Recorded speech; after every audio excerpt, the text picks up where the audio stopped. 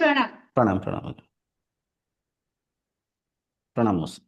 गुरुजी आज प्रश्न अच्छी अनेक साधु सन्त समाज को परिवर्तन करने पे प्रयास करुछंती जेमिति कि आदिकवि शंकराचार्य चारिधाम निर्माण करुछंती। सन्थ कबीर अनेक प्रचार प्रसार करके समाज को परिवर्तन करने पे चेष्टा करथिले। सन्थ भीम भई कुहतु किंबा रामकृष्ण परमहंस कुहतु किंबा विवेकानंद अनेक साधु सन्त समाज को परिवर्तन करने पे अनेक प्रचार करथिले। सेमाने कोन परिवर्तन करने पे चेष्टा करथिले? आमे तो कहूचे आत्मा एक, शास्त्र में प्रमाण अच्छे आत्मा एक। आत्मा जदियो एक, आत्मा रे भी एठी लीला चली एक से एक ही एठी भल मंद रूप रे अछंती। ताहले परिवर्तन करबा पई प्रयास करूछे से परिवर्तन प्रभाव केमिति पड़े ताकू आमे केमिति बुझिबा तार तात्पर्य जड़े व्यक्ति अछंती से पैसा कमाउछंती खाउछंती पिंधुछंती तांका परिवार को देखुछंती से ठीक अछंती तांका लाइफ रे से काहेकि आध्यात्मिक मार्ग को आसीबे तांका भीतर कोन परिवर्तन आसीबो जदियो से परिवर्तन को गभीर भाव में समस्त बुझी पारिबे ताहाले अधिकांश लोक आध्यात्मिक को आचरण करिवे। आज ए जुग रे जो आध्यात्मिक आचरण करूछंती फल मूल नैवेद्य लेकिन ईश्वर को किछि कामना प्राप्त करबा पई जो जाउछंती तार परिणाम प्रतिफल आमे नेउछे भगवान किछि साधनार असल प्राप्त पाउछंती कि सुंदर बढ़िया प्रश्न पचारे मुख्यतः इठी दुईटा प्रश्न अच्छी। प्रथम प्रश्न आपण पचारे अनेक साधु संत जे कि ब्रह्मानुभूति करिसंती आउ ए आध्यात्मिक प्रचार करिकरी समाज को एक करिया पे चेष्टा करथिले। तो से माने कोन प्रचार करथिले, से माने कोन जिनिस को परिवर्तन करिया पे प्रयास करथिले, प्रथम प्रश्न पचारे। आसंतु प्रथम प्रश्न बुझिबा तापर हम द्वितीय प्रश्न को जिबा। एमती देखंतु समाज रे जेतेबेले भी किछि असुविधा आसे से असुविधा को सुविधा करिया पे आमे अनेक साइंस रे आविष्कार करिथाउ।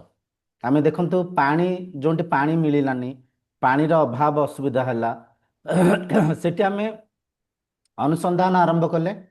आमे पाइले माटी तळे भी पानी अछि। से माटी तळ बहुत माने माटी तळे थिबा से पानी को ऊपर काणिया पे आमे बोरवेल को आविष्कार कले। बोरवेल रे जो पानीटा आमे जो आमे कहूचे नलकूप सितरे पानी को आमे उठाउथिबा समय अधिक लागि थाए, बल प्रयोग करुथाउ। तो ताकू टिके सुविधा करिया पे आउ टिके रिसर्च चलला। तापर मोटर को आविष्कार कले। मोटर माध्यम रे सोटू पानी को सहज रूप रे ऊपर को उठे पाइले। पानी को एकत्र करे रखिया पे आमे सेंटेक्स पानी टांकी रो निर्माण कले। तो जेबे भी भौतिक संसार रे असुविधा हेंची से असुविधा को सुविधाजनक करिया पाई आमे विभिन्न आविष्कार विभिन्न अनुसंधान करिचे, विभिन्न वस्तु पदार्थ को आविष्कार करिचे। जेमति कि भाबिनियंतु गोटे जगारू आउ टिके दूर जगह को यात्रा करिया पाई आमे प्राथमिक दशा रे चालिकिरी जाउथिले। सेठी टिके अधिक बल प्रयोग हैला, अधिक दूर जाई पाइलेनी, समयर वृथा हैला। तो गोटे जगार आउ गोटे जगह को यात्रा करिया पे आमे चक्क को आविष्कार कले। व्हील चक्क को जेतला आविष्कार कले चक्क माध्यम रे आमे आमे साइकिल को आविष्कार कले, शगड़ गाड़ी को आविष्कार कले, आमे मोटरसाइकिल, आमे कार। आज आम पाखे बेंच कार अच्छी, ऑडी कार अच्छी, विभिन्न प्रकार लैम्बोर्गिनी, विभिन्न प्रकार कार आम पाखे अच्छी। तो जेमती साइंटिस्ट माने भौतिक असुविधा को दूर करिया पई रिसर्च करथांते, भौतिक आविष्कार करी देखो तो आवश्यकता आविष्कार जननी।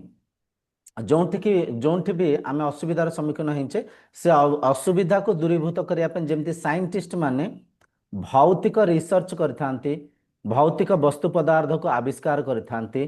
ठीक सही परिका वैदिक परंपरा रे, ऋषि परंपरा रे अनेक बुद्धिजीवी, अनेक साधु संत से माने भी दुखर कारण को प्राथमिक दशा परखिसंती।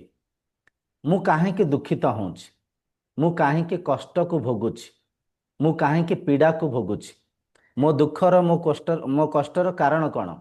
तो साधु संत एकांत प्रदेश रे बितेइले, इंद्रियों को निग्रह कले, इंद्रियों को स्वभाव स्वरूप को बुझी पाइले, ତାପରେ ଏକାଗ୍ର ଚିତ୍ତରେ ମନ ନିଗ୍ରହ କଲେ, ମନର ବୃତ୍ତିକୁ ଦେଖିଲେ, ମନର ସଂସ୍କାରକୁ ପରଖିଲେ।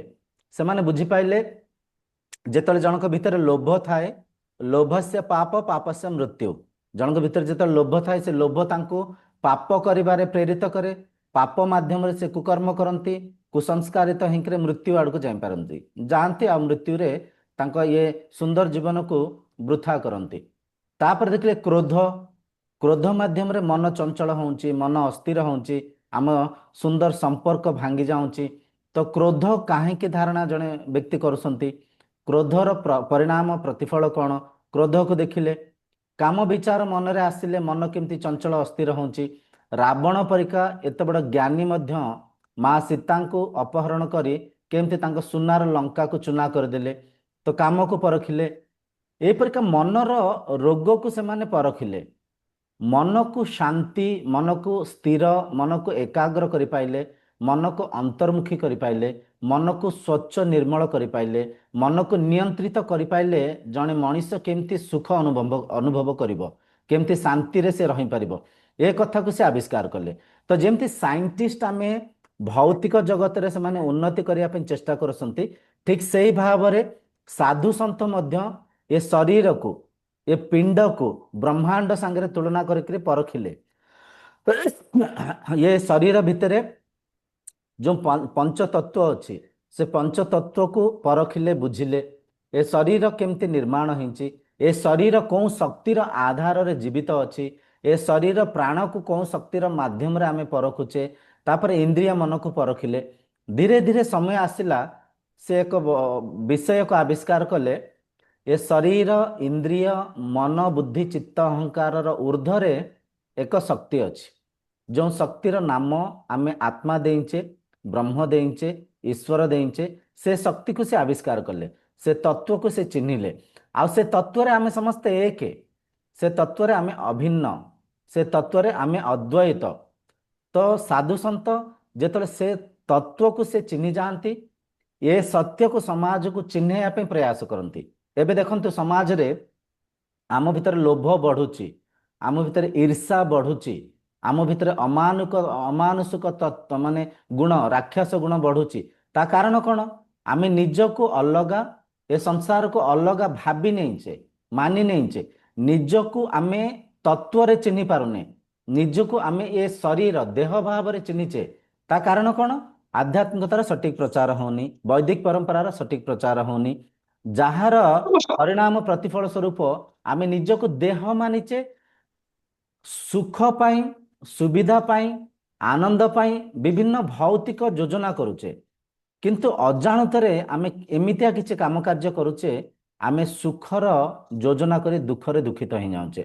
ଏ ସମାଜକୁ ଯଦି ଆମେ ଦେଖିବା, ଆଜିର ସମାଜରେ ଦେଖନ୍ତୁ, ମଣିଷ ଫସଲରେ ମାନେ ଫସଲ ଦେହରେ ସାର ଦଉଛନ୍ତି।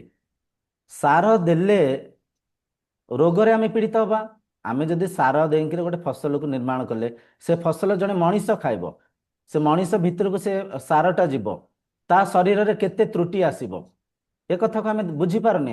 ଆମର ପଇସା ଦରକାର, ଆମର ଅଧିକ ଫସଲ ଦରକାର, ଆମର ପରିଶ୍ରମର ପ୍ରତିଫଳ ଅଧିକ ଦରକାର, ଆମେ ଫସଲ ଦେହରେ ସାର ଦେଇଦେଲେ। କୋଉଠି ଖାଦ୍ୟ ପଦାର୍ଥରେ ବି ଆଜିକାଲି ଦୂଷିତ ପଦାର୍ଥ ମିଶେଇ ନେଉଛନ୍ତି, ତେଲ ଦେହରେ ୟୁଜ୍ଡ ଅଏଲ, ରିଫାଇଣ୍ଡ ଅଏଲ ମିଶେଇ ନେଉଛନ୍ତି, ତା ମସଲା ଦେହରେ କୋଉଠି କରତ ଗୁଣ୍ଡ, ଚକ୍ ପାଉଡର ମିଶେଇ ନେଉଛନ୍ତି। ଏ ଅମାନୁଷିକ କାମ ମଣିଷ କାହିଁ କରୁଛି? ଲୋଭରେ କରୁଛି, ମୋହରେ କରୁଛି, ସଂସାରକୁ ଦୁଇ ଭାବିବାରୁ, ସଂସାରକୁ ନିଜକୁ ଅଲଗା ମାନିଥିବାରୁ ଏପରିକା କାମ କାର୍ଯ୍ୟ କରୁଛି। ତେଣୁକରି ଯେମିତି ସାଇନ୍ସ କିମ୍ବା ସାଇଣ୍ଟିଷ୍ଟ ଅନେକ ବସ୍ତୁ ପଦାର୍ଥକୁ ଆବିଷ୍କାର କରିକିରି ଏ ସଂସାରର ସୁଖ ପାଇଁ, ଏ ସଂସାରର ଆନନ୍ଦ ପାଇଁ ସାହାଯ୍ୟ ହେଇଥାନ୍ତି, ଠିକ୍ ସେହିପରିକା ସାଧୁ ସନ୍ଥ ମାନେ ଶରୀର, ଇନ୍ଦ୍ରିୟ, ମନକୁ ପରଖିଥାନ୍ତି। ସାଇଣ୍ଟିଷ୍ଟ ଯେମିତି ଭୌତିକ ବସ୍ତୁ ପଦାର୍ଥର ରିସର୍ଚ୍ଚ କରିଥାନ୍ତି, ସାଧୁ ସନ୍ଥ ହେଲେ ଇନର ଇଞ୍ଜିନିୟର୍ସ, ଇନର ସାଇଣ୍ଟିଷ୍ଟ। ସେ ମନକୁ, ମନର ସ୍ୱଭାବକୁ, ଇନ୍ଦ୍ରିୟର ସ୍ୱଭାବ ସ୍ୱରୂପକୁ ପରଖିଥାନ୍ତି। ଆଉ ସେ ଆନନ୍ଦର ସ୍ରୋତକୁ ସେ ଆବିଷ୍କାର କରିଛନ୍ତି। ଆନନ୍ଦ ବାହାରେ ନୁହଁ, ଆନନ୍ଦ ଭିତରେ ଅଛି। ଆମେ ଯଦି ଜୀବନକୁ ଅନୁଶାସନ ସହିତ ବଞ୍ଚିବା, ଆମେ ଯଦି ପ୍ରେମ ଶ୍ରଦ୍ଧା ଦୟା କରୁଣା ଭାବକୁ ମନରେ ଧାରଣ କରିବା, ଆମେ ଯଦି ସମଦୃଷ୍ଟିରେ ସଂସାରକୁ ଦେଖିବା, ସମଦୃଷ୍ଟିରେ ଯଦି ସଂସାରକୁ ଦେଖିବା, ଆମେ ସମସ୍ତେ ଏକ, ଏ କଥାକୁ ଯଦି ଆମେ ବୁଝିବା, ଏ କଥାକୁ ଯଦି ଏ ସତ୍ୟକୁ ଯଦି ଆମେ ଚିହ୍ନିବା, ତାହେଲେ ଆମେ କାହାରି ଅମଙ୍ଗଳ ପାଞ୍ଚିବାନି, ତାହେଲେ ଆମେ କାହାର ଭୁଲ କରିବାନି, କାହାର କ୍ଷୟକ୍ଷତି କରିବାନି, ନିଜେ ଯେମିତି ଶାନ୍ତିରେ ଅଛେ ସେମିତି ଅନ୍ୟର ଶାନ୍ତି ପାଇଁ ଆମେ ସାହାଯ୍ୟକାରୀ ହେବା। ତେଣୁକରି ସାଧୁ ସନ୍ଥ ସମାଜକୁ ଏକ କରିବା ପାଇଁ, ସମାଜକୁ ସତ୍ୟର ପ୍ରଚାର କରିକିରି, ଧର୍ମର ପ୍ରଚାର କରିକିରି ଏକାତ୍ମ ଭାବରେ ସାରା ବିଶ୍ୱକୁ ଗୋଟିଏ ପରିବାର କରିବା ପାଇଁ ପ୍ରୟତ୍ନ କରିଥିଲେ। ଏଠି ଦେଖନ୍ତୁ, ଆମେ ଆମ ପରିବାରକୁ ଯଦି ପରଖିବା, ଆମ ପରିବାରରେ ଛୋଟ ଛୋଟ ପିଲାମାନେ ଥାଆନ୍ତି, ପରିବାରରେ ପୁଅ ଥାଆନ୍ତି, ଝିଅ ଥାଆନ୍ତି। ଜଣେ ମାତା ପିତା ନିଜେ ନ ଖାଇଲେ ମଧ୍ୟ ପିଲାଙ୍କ ପାଇଁ ବିଭିନ୍ନ ଯୋଜନା କରୁଥାନ୍ତି, ପିଲାଙ୍କ ପାଇଁ ଭଲ ସୁଆଦିଆ ଖାଦ୍ୟ ଆଣିକି ଦେଉଥାନ୍ତି, ପିଲା ଭଲ ସ୍କୁଲରେ କେମିତି ପାଠ ପଢ଼ିବେ, ତାଙ୍କ ଭବିଷ୍ୟତ କେମିତି ଉଜ୍ଜଳ ହେବ, ସେଠି ସେ ହେଉଛି ଚେଷ୍ଟା ପ୍ରଚେଷ୍ଟା କରୁଥାନ୍ତି। ତାପରେ ଯଦି ଆମେ ଦେଖିବା, ଜଣେ ବାପା ନିଜେ ଚିରା ସାର୍ଟ ପିନ୍ଧୁଥାନ୍ତି, ଜଣେ ମା ନିଜେ ଚିରା ଲୁଗା ପିନ୍ଧୁଥାନ୍ତି, କିନ୍ତୁ ପୁଅ ପାଇଁ ଝିଅ ପାଇଁ ଭଲ ବସ୍ତ୍ର ଆଣିକି ଦେଉଥାନ୍ତି, ଭଲ ବହି ଆଣିକି ଦେଉଥାନ୍ତି। ଆଉ ପିଲାଙ୍କ ଆଗରେ ମା ବାପା ହାରିକିରି ଖୁସି ହେଉଥାନ୍ତି, ତାଙ୍କୁ ଜିତେଇବା ପାଇଁ ଚେଷ୍ଟା ପ୍ରଚେଷ୍ଟା କରୁଥାନ୍ତି।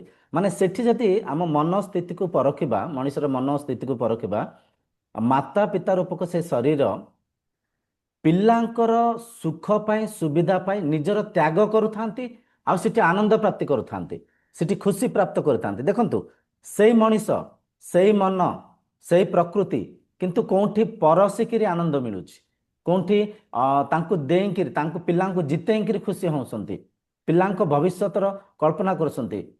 ଜଣେ ଗୋଟେ ପରିବାରରେ ଭାବି ନିଅନ୍ତୁ, ଜଣେ ଝିଅ ଜନ୍ମ ହେଲେ, ସେ ଝିଅକୁ ମା ବାପା ଲାଳନ ପାଳନ କରିକିରି ବଢ଼େଇଲେ, ଭଲ ସ୍କୁଲରେ ପଢ଼େଇଲେ, ଭଲ ଚାକିରି କରେଇଲେ, ଅନ୍ତତଃ ସେ ଝିଅକୁ ଗୋଟେ ଅନ୍ୟ ଘରକୁ ବିବାହ ବନ୍ଧନରେ ଅନ୍ୟ ଘରକୁ ଦାୟିତ୍ୱ ନେବା ପାଇଁ ପଠେଇ ଦେଲେ।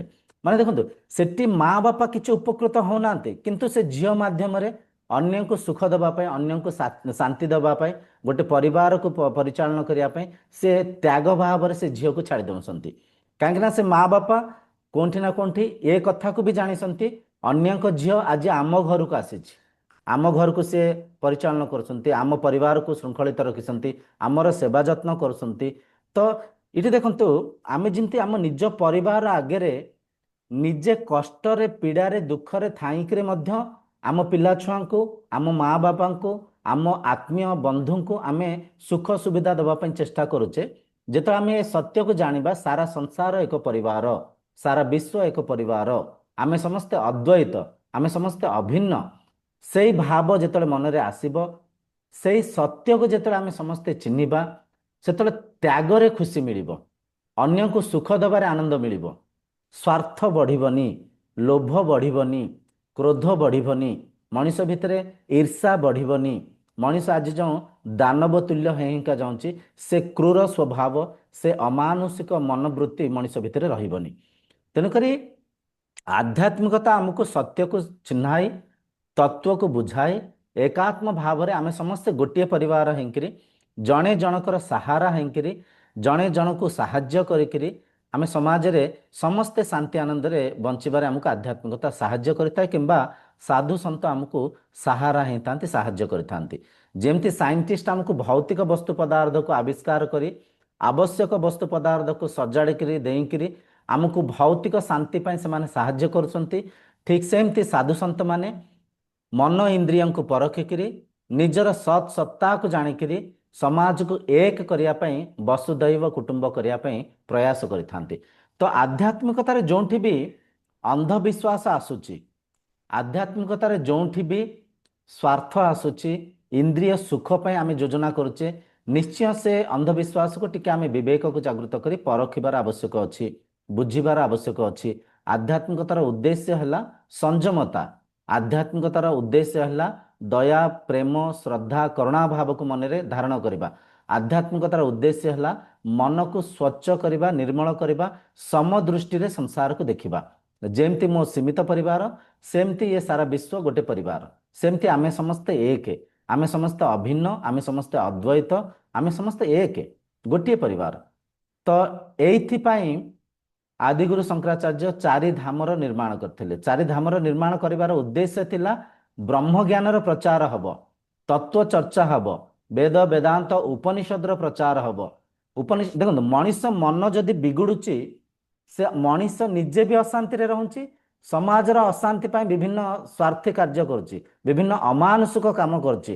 ଯଦି ମଣିଷର ମନ ଶୁଦ୍ଧ ରହିବ, ଯଦି ମଣିଷର ବିଚାର ସାତ୍ଵିକ ରହିବ, ଯଦି ଜଣେ ମଣିଷ ସନ୍ଥ ତୁଲ୍ୟ ସାତ୍ଵିକ ବିଚାରଧାରାକୁ ଧାରଣ କରିବ, ତାହେଲେ ସେ ନିଜେ ବି ସେ ମଣିଷ ଶାନ୍ତିରେ ଆନନ୍ଦରେ ରହିପାରିବ, ତା ସଙ୍ଗେ ସଙ୍ଗେ ତା ସମାଜକୁ, ତା ପରିବାରକୁ, ସାରା ବିଶ୍ୱକୁ ଶାନ୍ତିରେ ଆନନ୍ଦରେ ରଖିପାରିବ। ତେଣୁକରି ଆଜିର ଚର୍ଚ୍ଚାର ଯେଉଁ ଆପଣ ପ୍ରଶ୍ନ ପଚାରିଲେ, ମଣିଷ ମାନେ ସାଧୁ ସନ୍ଥ କେଉଁଥିପାଇଁ ସାଧନାକୁ, ଏ ଯେଉଁ ସତ୍ୟକୁ ପ୍ରଚାର କରିଥାନ୍ତି, ତା ଲାଭ କ'ଣ? ତା ଲାଭ ଆଜ୍ଞା ଅନେକ ଅଛି। ଆମ ଯେଉଁ ଭୌତିକ ଉନ୍ନତି, ଭୌତିକ ପ୍ରାପ୍ତି, ଭୌତିକ ଶାନ୍ତି ପାଇଁ ଆଜିର ସାଇଣ୍ଟିଷ୍ଟ, ଆଜିର ରିସର୍ଚ୍ଚ, ଆଜିର ଯେଉଁ ଆମେ ଅନୁସନ୍ଧାନ କରୁଛେ, ଏ ଅନୁସନ୍ଧାନର ଊର୍ଦ୍ଧ୍ୱରେ, ଏ ଅନୁସନ୍ଧାନ ଠାରୁ ଅଧିକ ଆମେ ଉପକୃତ ହେଇପାରିବା। ତେଣୁକରି ଆଧ୍ୟାତ୍ମିକତା କୁହନ୍ତୁ କିମ୍ବା ସାଧୁ ସନ୍ଥ କୁହନ୍ତୁ, ସେମାନେ ପରାବିଦ୍ୟା ରୂପକ ବ୍ରହ୍ମ ଜ୍ଞାନକୁ ପ୍ରଚାର କରିଥାନ୍ତି। ଏଇଥିପାଇଁ ଆମେ ନିଜକୁ ଚିହ୍ନିବା, ମୁଁ କିଏ, ମୁଁ ଜନ୍ମ ପୂର୍ବରୁ କେଉଁଠି ଥିଲି, ଏବେ ମୁଁ କେଉଁଠି ଉପସ୍ଥିତ ଅଛି, କେଉଁଠି ମୁଁ ଶୁଦ୍ଧ ଚୈତନ୍ୟ ସ୍ୱରୂପ ରୂପରେ ଅଛି, କେଉଁଠି ମୁଁ ମାୟା ରୂପରେ ଅଛି, ଏ ଶରୀର କ'ଣ, ଏ ଶରୀରର ଧର୍ମ କ'ଣ, ମନ କ'ଣ, ଇନ୍ଦ୍ରିୟ କ'ଣ, ତାଙ୍କ ସ୍ୱଭାବ କ'ଣ, ମୁଁ ଏ ଯେଉଁ ସଂସାରକୁ ଦେଖୁଛି, ଏ ସଂସାର ମୋ ଠାରୁ ଭିନ୍ନ ନା ଏ ସଂସାର ମୁଁ ହିଁ, ଏ ସଂସାର ମୁଁ ଦୁଇ ନା ଅଦ୍ୱୈତ, ମନରେ ଲୋଭ କାହିଁକି ଜନ୍ମ ହେଉଛି, ମନରେ କ୍ରୋଧ କାହିଁକି ଉତ୍ପନ୍ନ ହେଉଛି, ମୋ ଭିତରେ ବ୍ୟାକୁଳତା କାହିଁକି ବଢ଼ୁଛି, ମୋ ମନରେ ଚଞ୍ଚଳତା ଅସ୍ଥିରତା କାହିଁକି ଅଛି, ମୁଁ କ'ଣ କଲେ, ମୋ ଜୀବନକୁ କେମିତି ମୁଁ ଅନୁଶାସନ ସହିତ ଅନୁଶାସିତ ହୋଇକରି ଜୀବନଯାପନ କଲେ ମୁଁ ଆନ୍ତରିକ ସୁଖକୁ ନେଇପାରିବି, ମୁଁ ପରମାନନ୍ଦ ପ୍ରାପ୍ତ କରିପାରିବି, ମୋ ଜୀବନକୁ ଧନ୍ୟ କରିପାରିବି, ଏସବୁ କଥାକୁ ଆମକୁ ଆଧ୍ୟାତ୍ମିକତା ଶିଖାଏ। ତେଣୁକରି ଆମେ ଯେମିତି ଭୌତିକ ବିଦ୍ୟା ପଢ଼ୁଛେ, ଆଧ୍ୟାତ୍ମିକତା ହେଉଛି ଏକ ବିଦ୍ୟା, ବ୍ରହ୍ମଜ୍ଞାନ, ଆତ୍ମଜ୍ଞାନ। ଆତ୍ମଜ୍ଞାନରେ ଆମେ ଗୁରୁଙ୍କ ପାଖରେ ବସିକିରି ଗୁରୁବାଣୀକୁ ଶୁଣିବା, ସାଧନା ମାଧ୍ୟମରେ ତାକୁ ସବୁ ଆମେ ଆଚରଣ କରିବା, ତେବେ ଯାଇକରି ଆଧ୍ୟାତ୍ମିକତା ସଫଳୀକୃତ ହୋଇପାରିବ। ଭଲ ଲାଗିଲା। ଦ୍ୱିତୀୟ ପ୍ରଶ୍ନ କ'ଣ ଥିଲା? ଆତ୍ମା ଏକ, ସଂସାର ବି ତାହେଲେ ଏକ। ଯଦିଓ ଏଇଟା ତ ବସୁଧୈବ କୁଟୁମ୍ବକମ୍ ଗୁରୁଜୀ ଆପଣ କହିଲେ, ସାରା ବିଶ୍ୱ ଗୋଟିଏ ପରିବାର ଏଠି ହେଇଯାଇଥାନ୍ତା, ତାହେଲେ ଏଠି କଣ ଲାଭ ହେଇଥାନ୍ତା, କଣ ପରିବର୍ତ୍ତନ ଏଠି ଆସିଥାନ୍ତା, ଏଇଟାକୁ ଟିକେ ବୁଝାନ୍ତୁ ଗୁରୁଜୀ। ନାଇଁ ନାଇଁ, ଦେଖନ୍ତୁ, ବାସୁଧୈବ କୁଟୁମ୍ବକମ୍ ଆମେ ଅଛେ, କିନ୍ତୁ ଅଜ୍ଞାନରେ ଆମେ ସେ ତତ୍ଵଜ୍ଞାନର ଅଭାବରେ ଆମେ ଦେହ ମାନି ନେଇଛେ, ନିଜକୁ ଆମେ ଦେହ ମାନି ନେଇଛେ। ଆଉ ଆମେ ଭାବୁଛେ ଆମେ ଅଧିକ ଧନକୁ ସଞ୍ଚୟ କରି ରଖିଲେ, ଅଧିକ ଭୌତିକ ବସ୍ତୁ ପଦାର୍ଥକୁ ଉପଭୋଗ କଲେ ଆମେ ଶାନ୍ତିରେ ଆନନ୍ଦରେ ରହିବା। ଆମେ ଜାଣି ଅଜାଣତରେ ଆମେ ଯୋଜନା କରୁଛେ ଅଧିକ ଦିନ ବଞ୍ଚିବା ପାଇଁ, ଅଧିକ ଆନନ୍ଦ ସୁଖକୁ ପ୍ରାପ୍ତ କରିବା ପାଇଁ। କିନ୍ତୁ ଆମେ ଯେତେବେଳେ ବ୍ରହ୍ମଜ୍ଞାନକୁ ପଢ଼ିବା, ବ୍ରହ୍ମବିଦ୍ୟାକୁ ଆଚରଣ କରିବା, ନିଜର ସତ୍ ସତ୍ତାକୁ ଆମେ ଯେତେବେଳେ ଚିହ୍ନିବା, ଆମେ ଏ ସତ୍ୟକୁ ବୁଝିପାରିବା, ଚିହ୍ନିପାରିବା, ମୁଁ ଅଜର, ମୁଁ ଅମର, ମୁଁ ଅବିନାଶୀ। ଏ ଦେହର ମୃତ୍ୟୁ ହେବ, ଏ ମନର ମୃତ୍ୟୁ ହେବ, ଏ ଇନ୍ଦ୍ରିୟ ଆଉ ଏ ଯେଉଁ ଶରୀର, ଏ ଯେଉଁ ସଂସାର, ଇଏ ସବୁ ପରିବର୍ତ୍ତନ ହେବ, କିନ୍ତୁ ମୁଁ ଅବିନାଶୀ, ମୁଁ ଅଜର ଅମର, ମୁଁ ନିତ୍ୟ ପଦାର୍ଥ। ମୁଁ ଏ ଦେହକୁ ଏକ ବସ୍ତୁ ରୂପରେ, ଏକ ବସ୍ତ୍ର ରୂପରେ ଧାରଣା କରିଛି। ମୁଁ ଇନ୍ଦ୍ରିୟ ମନକୁ ଏକ ବସ୍ତୁ ରୂପରେ, ଏକ ବସ୍ତ୍ର ରୂପରେ ବିନିଯୋଗ କରୁଛି। ମୁଁ ଶରୀର ଇନ୍ଦ୍ରିୟ ମନର ଊର୍ଦ୍ଧ୍ୱରେ ଅଛି। ମୁଁ ପୂର୍ଣ୍ଣ, ମୁଁ ଅପୂର୍ଣ୍ଣ ନୁହେଁ। ସଂସାର, ଶରୀର, ଏ ପଞ୍ଚଭୂତରେ ନିର୍ମାଣ ହେଇଥିବା ପ୍ରପଞ୍ଚ ସବୁକିଛି ମିଟିପାରେ, କିନ୍ତୁ ମୁଁ ମିଟିବିନି। ଏ ସତ୍ୟକୁ ଯେତେବେଳେ ଆମେ ଆଧ୍ୟାତ୍ମିକତାକୁ ଆଚରଣ କରିବା, ତେବେ ଆମେ ଆମ ଭିତରେ ପୂର୍ଣ୍ଣ ଭାବ ଆସିବ, ଆମେ ସମସ୍ତେ ଏକ, ଏ ଭାବ ଆସିବ। ତେବେ ଆମେ କ'ଣ କରିବା? ଆମେ ଯେମିତି ଆମ ସୀମିତ ପରିବାରକୁ ସ୍ନେହ ସହିତ, ଶ୍ରଦ୍ଧା ସହିତ, ଆତ୍ମୀୟତା ସହିତ ଆମେ ଦେଖୁଛେ, ସେହିପରିକା ଆମେ ଏ ଯେଉଁ ଭୌତିକ ସଂସାରକୁ ସ୍ନେହ ସହିତ, ଶ୍ରଦ୍ଧା ସହିତ, ପ୍ରେମ ସହିତ, ଆତ୍ମୀୟତା ସହିତ ଦେଖିବା। ସଂସାରରେ କୌଣସି ବସ୍ତୁ ପଦାର୍ଥର କମି ନାହିଁ।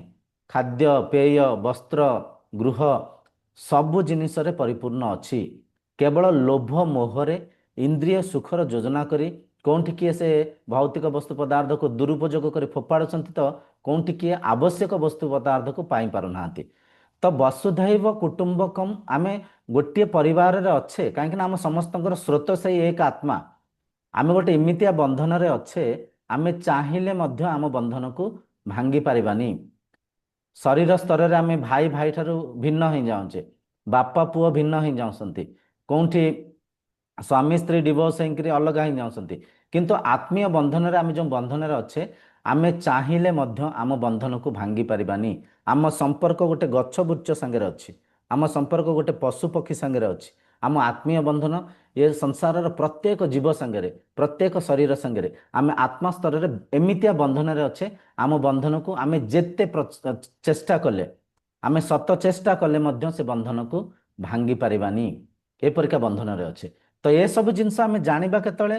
ଅସଲି ଆଧ୍ୟାତ୍ମିକତାକୁ ଆଚରଣ କଲେ, ଶାସ୍ତ୍ର ପଢ଼ିକିରି ଶାସ୍ତ୍ର ଅନୁଯାୟୀ ଆମେ ସାଧନା କଲେ। ସବୁଠାରୁ ବଡ଼ ହେଲା ଜ୍ଞାନ। ଜ୍ଞାନ ମାଧ୍ୟମରେ, ସତ୍ସଙ୍ଗ ମାଧ୍ୟମରେ, ଶାସ୍ତ୍ରକୁ ଆଧାର କରି ଗୁରୁଙ୍କ ସମୀପରେ ବସିକିରି ଆମେ ସ୍ୱାଧ୍ୟାୟ କରିବାର ଆବଶ୍ୟକ ଅଛି। ସ୍ୱାଧ୍ୟାୟ, ନିଜକୁ ଅଧ୍ୟୟନ କରିବା। ମୁଁ କିଏ, ମୁଁ କିଏ, ମୋର ସତ୍ୟ କ'ଣ? ତେବେ ଯାଇକରି ଏ ଆଧ୍ୟାତ୍ମିକତା ସଫଳୀକୃତ ହେବ। ଆମେ ଗୋଟିଏ ପରିବାର ଅଛେ, ଆଉ ସେ ପରିବାରର ଏକତାକୁ ଆମେ ଚିହ୍ନିପାରିବା, ବୁଝିପାରିବା, ଆଉ ନିଜେ ବି ଶାନ୍ତି ଆନନ୍ଦରେ ରହିପାରିବା, ସମାଜର ଶାନ୍ତି ପାଇଁ ଆମେ ସାହାଯ୍ୟ ହେଇପାରିବା। ତେଣୁକରି ସାଧୁସନ୍ଥ ତାଙ୍କ ଲକ୍ଷ୍ୟ ହେଉଛି ସମାଜକୁ ଏକ କରିବା, ସମସ୍ତଙ୍କ ଆବଶ୍ୟକତାକୁ ପୂର୍ତ୍ତି କରିବା ପାଇଁ ସେବା ଭାବକୁ ମଣିଷ ଭିତରେ ଜାଗୃତ କରିବା, ମାନବ ଭିତରେ ମାଧବ ଗୁଣକୁ ଜାଗୃତ କରିବା, ସଂସାରର ପ୍ରତ୍ୟେକ ଭୌତିକ ବସ୍ତୁ ପଦାର୍ଥକୁ ସମଭାବରେ ସଦୁପଯୋଗ କରିବା, ସ୍ୱାର୍ଥୀ ହେଇକରି ପାତରଅନ୍ତର କରିବାନି, ଏକ ଆତ୍ମା, ଏକ ବ୍ରହ୍ମ, ଏକ ପଞ୍ଚଭୂତ, ଏ ଏକତାକୁ ଚିହ୍ନିବା, ଭାତୃଭାବରେ ଜୀବନଯାପନ କରିବା, କେହି କାହାକୁ ହଇରାଣ କରିବାନି, କେହି କାହାକୁ ଅସୁବିଧା କରିବାନି। ତେଣୁକରି ଆମ ସନାତନ ଧର୍ମର ଯେଉଁ ସାଧନା ବିଧିକୁ ଦେଖନ୍ତୁ କେତେ ସୁନ୍ଦର ଭାବରେ ଅଛି। ସାଧନାରେ ପ୍ରଥମ ସାଧନା ଅହିଂସା, ଜୀବ ହିଂସା କରିବାନି, ମନସା ବାଚା କର୍ମଣା, କାହାକୁ ଆମେ ବ୍ୟବହାରରେ, ବାଣୀରେ, ଆମ ଆଚରଣରେ କାହାକୁ ଦୁଃଖ ଦେବାନି, କାହାକୁ ପୀଡ଼ା ଦେବାନି। ଅହିଂସା, ସତ୍ୟ, ସତ କଥା କହିବା, ସତ୍ୟକୁ ଆଚରଣ କରିବା। ବୁଝିପାରୁଛନ୍ତି? ଯେଉଁ ଅଷ୍ଟାଙ୍ଗ ଯୋଗ ଅଛି, ସାଧନ ଚତୁଷ୍ଟୟ ଅଛି, ଏ ସବୁର କେବଳ ଗୋଟାଏ ଉଦ୍ଦେଶ୍ୟ, ଗୋଟାଏ ଉଦ୍ଦେଶ୍ୟ, ଆମେ ସମସ୍ତେ ଭାତୃଭାବରେ ରହିବା, ଆମେ ସମସ୍ତେ ଗୋଟିଏ ପରିବାର। ଜାତି, ଧର୍ମ, ବର୍ଣ୍ଣ, ପନ୍ଥ, ସ୍ତ୍ରୀ, ପୁରୁଷ, ଧନୀ, ଗରିବ, ଏସବୁ ଭେଦଭାବକୁ, ଏସବୁ ବନ୍ଧକୁ ଆମେ ଯେତେବେଳେ ଭାଙ୍ଗିଦେବା, ସମଦୃଷ୍ଟିରେ ଯେତେବେଳେ ସଂସାରକୁ ଦେଖିବା, ମନ ଶୁଦ୍ଧ ରହିବ, ମନ ଭିତରେ ଥିବା ଲୋଭ ମୋହ ଶାନ୍ତ ହେବ, ଈର୍ଷା ଭାବ ଶାନ୍ତ ହେବ। ଆମେ ଯେମିତି ଆମ ସୀମିତ ପରିବାରକୁ ଆମେ ଯାଉଛେ, ଘର ଭିତରକୁ ପ୍ରବେଶ କଲେ କେତେ ଖୁସି ଲାଗୁଛି, ପିଲା ଛୁଆଙ୍କୁ ଦେଖୁଛେ, ପତି ପତ୍ନୀ ବସିକରି କଥାବାର୍ତ୍ତା ହେଉଛନ୍ତି, ମା ବାପାଙ୍କର ସେବା କରୁଛେ, କେତେ ଶାନ୍ତି ଲାଗୁଛି, କେତେ ଆନନ୍ଦ ଲାଗୁଛି। ଆମେ ଗୋଟେ ଘର ଭିତରେ ବାହାରେ ବୁଲିବାଲି ଆସୁଛେ, ଯେତେବେଳେ ଘର ଭିତରେ ପ୍ରବେଶ କରୁଛେ, ଆମର କେତେ ନିଜପଣିଆ ଲାଗୁଛି, ଆମକୁ କେତେ ଆନନ୍ଦ ଦେଉଛି। ଠିକ୍ ଯେତେବେଳେ ଆମେ ଆଧ୍ୟାତ୍ମିକତାକୁ ସଠିକ୍ ଆଚରଣ କରିବା, ବ୍ରହ୍ମ ବିଦ୍ୟାକୁ ପଢ଼ିବା, ନିଜର ତତ୍ତ୍ୱକୁ ଚିହ୍ନିବା, ନିଜର ଆତ୍ମୀୟ ବନ୍ଧନକୁ ଆମେ ଚିହ୍ନିବା, ସେ ସମୟରେ ଯେଉଁଠିକି ଯିବା, ଯାହା ସାଙ୍ଗରେ ବସିକରି କଥାବାର୍ତ୍ତା ହେବା, ଯାହାର ସାହାରା ଖୋଜିବା କିମ୍ବା ଯାହାକୁ ସାହାଯ୍ୟ କରିବା, ଆନନ୍ଦୀ ହୋଇ ଆନନ୍ଦ ପ୍ରାପ୍ତ କରିବା, ସୁଖ ହିଁ ସୁଖ ପ୍ରାପ୍ତ କରିବା, ଖୁସିରେ ଶାନ୍ତିରେ ଏ ସମାଜକୁ ଆମେ ଉପଭୋଗ କରିବା। ଶରୀର ସ୍ତରରେ ଆମେ ସମସ୍ତେ ଜାଣିଛେ, ଶରୀର ନଶ୍ୱର, ଶରୀର ଅନାତ୍ମା, ଶରୀର ଅନିତ୍ୟ, ଆଜି ନହେଲେ କାଲି ଏ ଶରୀରକୁ ଆମକୁ ଛାଡ଼ିବାକୁ ପଡ଼ିବ। ଶରୀର ମୁଁ ନୁହେଁ, ଶରୀର ଏକ ବସ୍ତ୍ର, ଆଉ ପ୍ରତ୍ୟେକ ଶରୀର ଭିତରେ ମୁଁ ହିଁ ଅଛି। ଯେତେବେଳେ ଏ ଅମୂଲ୍ୟ ଜ୍ଞାନକୁ ଆମେ ବୁଝିବା, ଗୋଟିଏ ଶରୀରର ସୁଖ ପାଇଁ ଅନ୍ୟ ଶରୀରକୁ ପୀଡ଼ା ଦେବାନି, ଅନ୍ୟ ଶରୀରକୁ ଦୁଃଖ ଦେବାନି। ଯେମିତି ମୁଁ ସେମିତି ସମସ୍ତେ, ଯେମିତି ମୋତେ ସବୁ ଭଲ ଜିନିଷ ଭଲ ଲାଗୁଛି, ମନ୍ଦ ଜିନିଷ ମନ୍ଦ ଲାଗୁଛି, ସେମିତି ସମସ୍ତଙ୍କୁ ଭଲ ଜିନିଷ ଭଲ, ମନ୍ଦ ଜିନିଷ ମନ୍ଦ ଲାଗୁଥିବ। ମୋ ପରିକା ହିଁ ଯେହେତୁ ସମସ୍ତେ, ମୋ ପରିକା ହିଁ ମୁଁ ସମସ୍ତଙ୍କୁ ବିଚାର କରିବି, ମୋ ପରିକା ହିଁ ସମସ୍ତଙ୍କ ସାଙ୍ଗରେ ବ୍ୟବହାର କରିବି, ମୋତେ ଯେମିତି ସୁଖ ଆନନ୍ଦ ଯେଉଁଥିରେ ମିଳୁଛି ସେଇ ପରିକା ଜିନିଷକୁ ମୁଁ ଅନ୍ୟଙ୍କୁ ପରସିବି, ଏ ଭାବ ଆସିଯିବ, ଏ ଭାବ ଆସିଯିବ। ତ ସାଧୁସନ୍ଥ ହେଲେ ଇନର ଇଞ୍ଜିନିୟର୍ସ, ସାଧୁସନ୍ଥ ହେଲେ एमितिया साइंटिस्ट जे कि विषय को आविष्कार करिसंती जोंटी साइंस स्थगित हो जाए स्थिर हो जाए जोंटी साइंस समाप्त हो जाए सेठु आध्यात्मिकता आरंभ हुए कहीं साइंस देखो साइंस जहाँ को देखी पारे जहाँ को इंद्रिय माध्यम रे अनुभव करि पारे किंबा साइंस जेकोसी जिनस को किछि जंत्रपाति माध्यम रे अनुभव करि पारे उपभोग करि पारे देखि पारे केवल से वस्तु को ही माने किंतु आत्मज्ञान साधु संत वस्तु को न विषय को आविष्कार करसंती विषय जे कि मन इंद्रियर ऊर्ध्वरे अछंती जो शक्तिर आधार रे प्रत्येक शरीर जीवित अछि जो शक्तिर आधार रे प्राण शक्ति परिचालन होउची जो शक्तिर आधार रे शरीर भितर अनेक क्रिया होउची हृदय स्पंदन होउची निश्वास प्रश्वास नउचे खाद्य जीर्ण होउची तो से शक्ति आधार रे ए शरीर प्रत्येक शरीर ए संसार परिचालन होउची तो आध्यात्मिकतार जो साधु संत जे सिद्ध पुरुष अछंती से साइंटिस्ट ठारू भी बड़ उच्च स्थान रे अछंती उच्च कार्य करुछंती तांको कार्य को आमे बुझी पारने तांको कार्य को आमे परखी पारने आमे भाबुचे आमे नकारात्मक भाव रे साधु संत को देखुथाउ आमे भाबुथाउ धनर लोभरे एमाने प्रचार करछंती आमे भाबुथाउ एमाने टिके निजे उन्नति करिया पई चाहुनांती किंबा अन्यंक उन्नति की स्थगित करिया पई चेष्टा करछंती आमे भाबिथाउ जेतले साधु संत माने इंद्रिय मनर संयमता कथा कहि थांती लोभ मोहरु मुक्त हवा पई मार्गदर्शन करिथांती आमे भाबिथाउ सेमाने कोन ब्रेन वाश करछंती सेमाने हमको भूल मार्गदर्शन करछंती आमे बुझी पारि नथाउ से गभीर कथा को आमे परखी पारि नथाउ तांको उद्देश्य को तेणु कर साधु संत हेले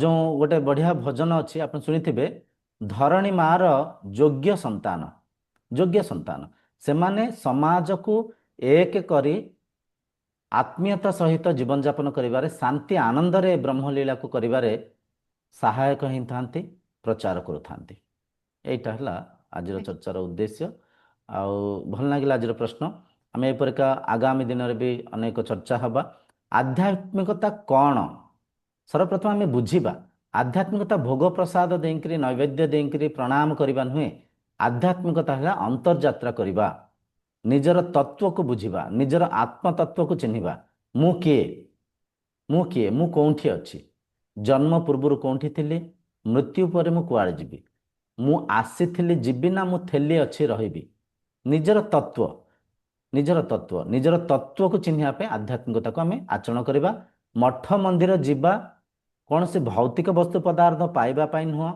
मठ मंदिर जीवा आत्मज्ञान को श्रवण करने निजर सत् सत्ता को चिन्हवाई साधना को आचरण करने ठीक अच्छे आज चर्चा को आम ये विराम दबा आगामी चर्चा आउ किसी भल जिन चर्चा हवा ठीक अच्छे हरिओम प्रणाम सर हरि।